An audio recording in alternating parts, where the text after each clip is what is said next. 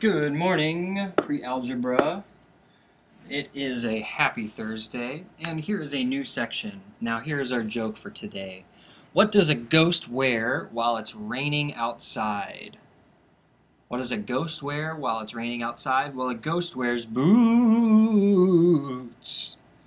Boots, that's right. Okay, make sure that you are on page 399. We are almost there to 400. We'll actually get there today. But again, I'm just amazed.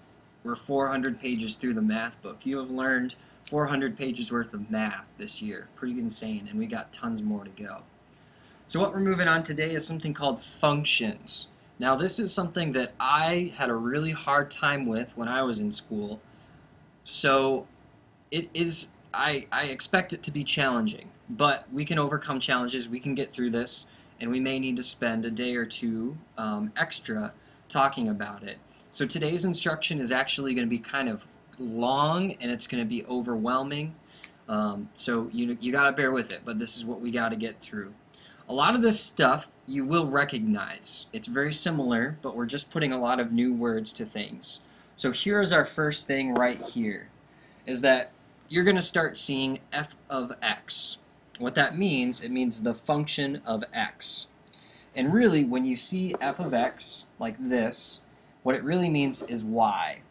So an example would be, you're used to seeing an equation where y equals 2x plus 4. Maybe you have, I'm not sure. But what we're going to be talking about is now it's going to be written, the f of x is 2x plus 4. And sometimes they're going to give you a number here, and that's what you would then insert here. Okay, but we'll get to that. We can't get too started. So what we're first going to be doing is identifying a function. What exactly is it? It is a set of numbers that have to do with graphing. So eventually we will get to the graphing, but for right now we're just identifying a set of numbers that can be graphed and that is okay. So identifying a function is when we have a set of numbers. So here is our first set right here. So another thing to introduce is the idea of domain and range. So if you're thinking, you know, we have our x coordinates. Ooh, that's the y. I'm getting messed up. And this is our x. That's kind of what it means. Our domain would be our x numbers, and our range is our y values. I'm going to say values, not numbers. So domain is x values, range is y values. So for example, if we wanted to write in the notation of our graphing notation, we would write this first set like this, 1, 2. Okay, you've seen that before, you know how to graph that. That's exactly what we're talking about. So when we're talking about is a relation, this whole thing is called a relation. Is it a function? Is it going to work? And what we have to check is pretty much, do we have any repeating x values? If we have any repeating x values, the relation, this whole table, is not a function. So we're going to look through here. We got 1, 2, 3, 4, and the range is 2, 4, 6, 8. So this is a function. We do not see any repeating x values. However, when we take a look over here, we have our domain and our range. Right here, I see the number 1 twice. This is a big red flag for me, because I know that a function cannot have the same x values. You can have the same y values.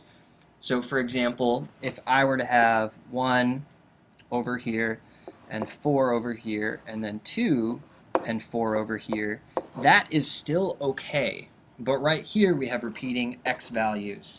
So this is not a function. So sometimes you'll see a relation written as a table like this. Other times you'll see them in kind of a chart. So I'm going to go there. So here's a chart. Remember, also be looking at your page. I'm just doing the exact same thing there. We're given a set of numbers. So think of this as your domain and this as your range. See, we have our x's and our y's. So we're looking for those repetitions. So you see here we have 4, 7, 6, 3, 5, 2. Now, it may confuse you that it's jumping around. It doesn't seem like it's in any kind of order, but we don't have any repeating x values, so we know that this is a function. So let's look at this chart now. We see here our x's and our y's. We have 1, 6, 3, 1, 5, 2. Oop, I said a number twice. And we know that, is this a function? No, it is not. Not a function because we have repeating x values. So again, it is only your x values that you're concerned about, that you need to worry if we should label it as a function. Okay, please turn the page. Here's our next idea. What we're doing in this is really the same thing. What it's called is the vertical line test. And it's the same idea. We're looking to see if we have any same x values. But we use a vertical line. So in your textbook they're using a pencil, but here I've got a line right here that I can drag. And you drag it across and you check to make sure that you only hit a point, one point at a time. So right here, looks like we've made it all the way through. Each point, you can never have your line be touching 2 points. So for example, if there was a point here, this would not work. Our vertical line test would fail because the vertical line test is passing through 2 points at the same time. So we would say that that is not a function, but that's not the case. That's not true. So we have, if we take this through again, we pass it all the way through, and we are good. So we can say this is a function. This graph, our points here, if we were going to connect the dots, it is a function. However, if we are to go over here to the right and we take our vertical line and we go across, looking smooth, we have 2 x values that are the same. Remember, if we were going to count, if we're going to measure these points, we'd have similar x values. So, again, it would not pass our vertical line test. So this is not a function. Even though it's just one spot, it's that one spot that messes it up. So this is not a function because we pass through the same time. So if you're more of a numbers person, what we've already covered makes more sense, but if you need that visual thing, this will help make sense. If you look at the graph, you see that the line passes through both points, which makes it not a function. Alright, here is our second idea. Are you overwhelmed yet? I don't know. Alright, so now we are going to be given a function, and we're going to have to solve. And we have something called function notation. So this is significant. Sometimes it'll give you a problem, and it will ask you to write it in function notation. Right here is our function notation, because we have this f of x, the function. That means function. So what it's saying is the function equals 4x minus 7. Sometimes it'll have you solve. So here are the examples that we would need to solve. So what you're familiar with seeing is y equals 4x minus 7. This is called equation. And this is called our function notation. So I'm going to say fn, function notation.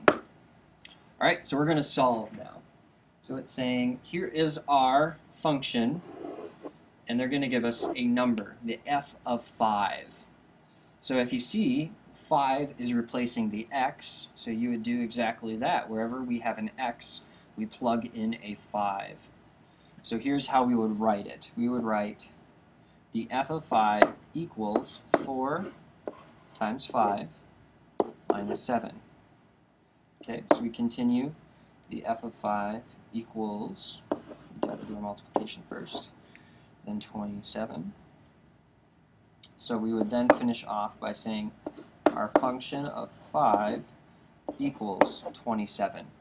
So what that means, if we plug in 5 into our equation, into our function, we would get our result, our output would be 27.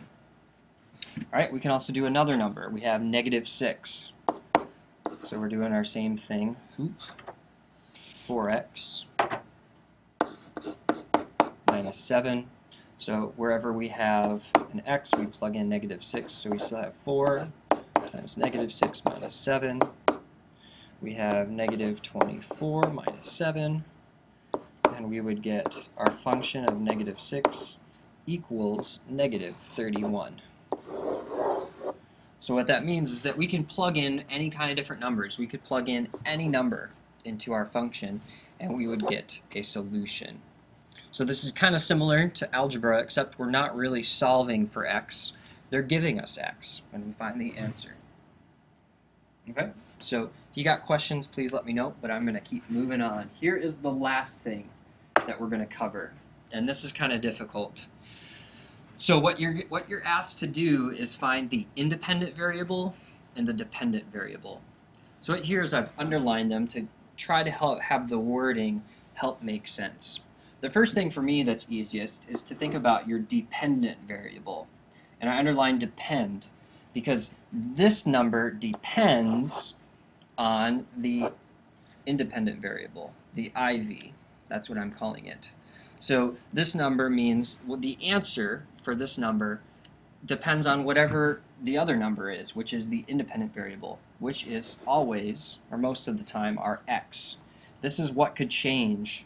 So thinking about your function, these are the different numbers that you can plug in to get an answer. So our answer means our dependent variable, because our answer depends on whatever our number is. So the example in the book is, it says that Mariah spent $22.50 downloading songs to her digital music player from an online music store for 90 cents each. So it's asking us which one is the dependent variable and which one is the independent variable. So what depends, which one is dependent on the other? So we know that we're trying to find the total cost equals the price of the song times the number of the songs. So we have to figure out how to put our dependent variables and our independent variables. So first off, we know that the price of the song is not going to change. And we know that that is 90 cents. So now I have to figure out, what is our total cost and what is our number of songs? So when I'm thinking about this problem, I know that the cost is really going to depend on how many songs we have. If we have 5 songs, it'll be a certain amount. If we have 10 songs, it'll be a different amount. So our cost, I would say, this is our dependent variable, dv. It depends on whatever our number of songs is. So remember, the thing that the dependent variable depends on is the independent variable. This is our x. This is what we're trying to find. This is the number that we can plug in and find different costs. So we have 90 cents times, we're going to say T, roll S, since we're talking about songs, because we know that the total cost was 22 bucks and 50 cents. So here's where we do our algebra. We divide both sides by 0.9, and we would find out that Mariah downloaded, how many songs did she download? 25. Oops, got it mixed up. So this is our number of songs. She downloaded 25 songs.